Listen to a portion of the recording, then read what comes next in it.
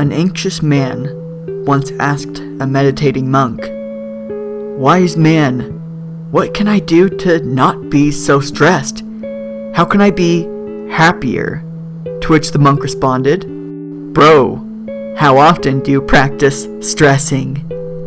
And how often and to what extent do you practice happiness?" Remember that what you practice, you'll get good at. What you practice becomes permanent. Hello, friends. For those who don't know, the human brain is a fascinating thing. And understanding a little bit of psychology and how the brain actually works can be a kind of cool and helpful thing.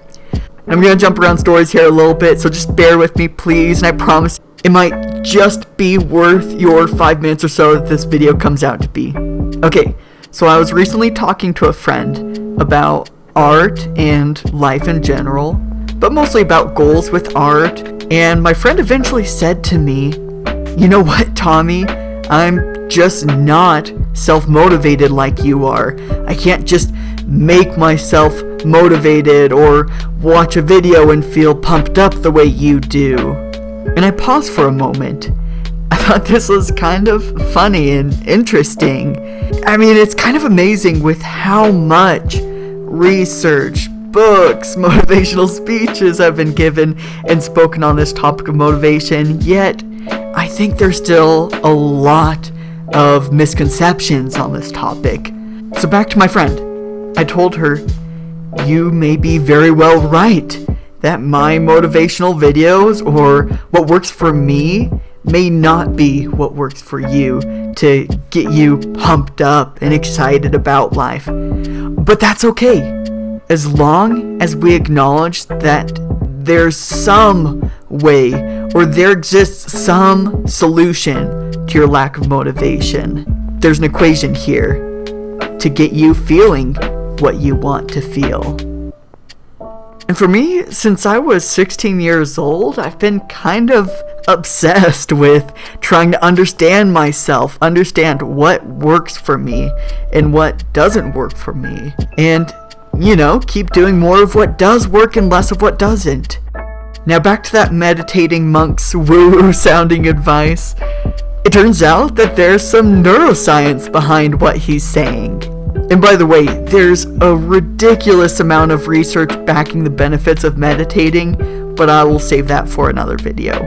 So as the monk said, what you practice will become permanent. Neuroplasticity. What does that mean? Your brain is plastic. Kind of. Not really what it sounds like. It's kind of like that Pokemon Ditto. In some ways, it's able to change and reshape. Imagine your brain is like a spider web. The strands are like your brain's habits, routines, sense of autopilot. And your brain does a lot on autopilot to conserve energy, like typing without real attention to which fingers hit what keys. Or you're in the car, you're kind of unaware, subconscious of your driving, cause you and your BFF's jam is on and you gotta jam to the song. Okay, back to the spider web.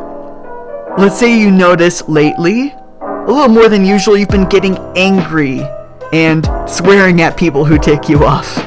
Well, the more you do this, the easier it is to keep doing it.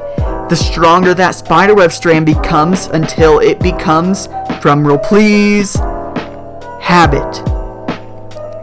And the powerful thing here is to realize that emotional states are habits.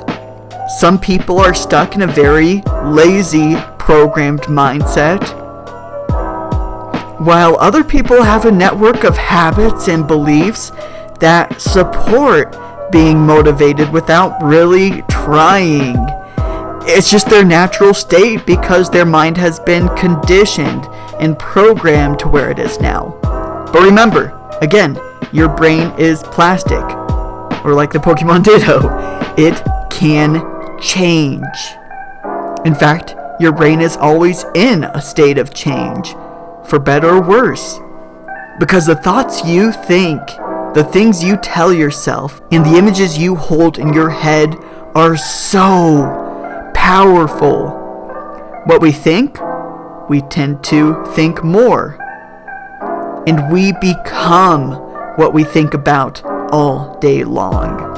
In previous videos, I've talked about how I used positive affirmations and visualization to kind of convince my brain that I could do digital painting.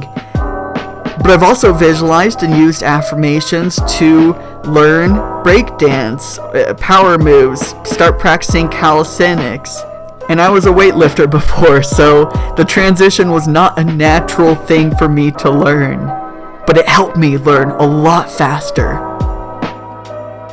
So remember, what you practice, you will get good at. What you practice becomes permanent. And I know I've only scratched the surface in this video. That's why I'm gonna make this video a 4-part series. So stay tuned for future parts of this beginner's guide to self-motivation. And as always, stay tuned, guys, and stay motivated. Peace.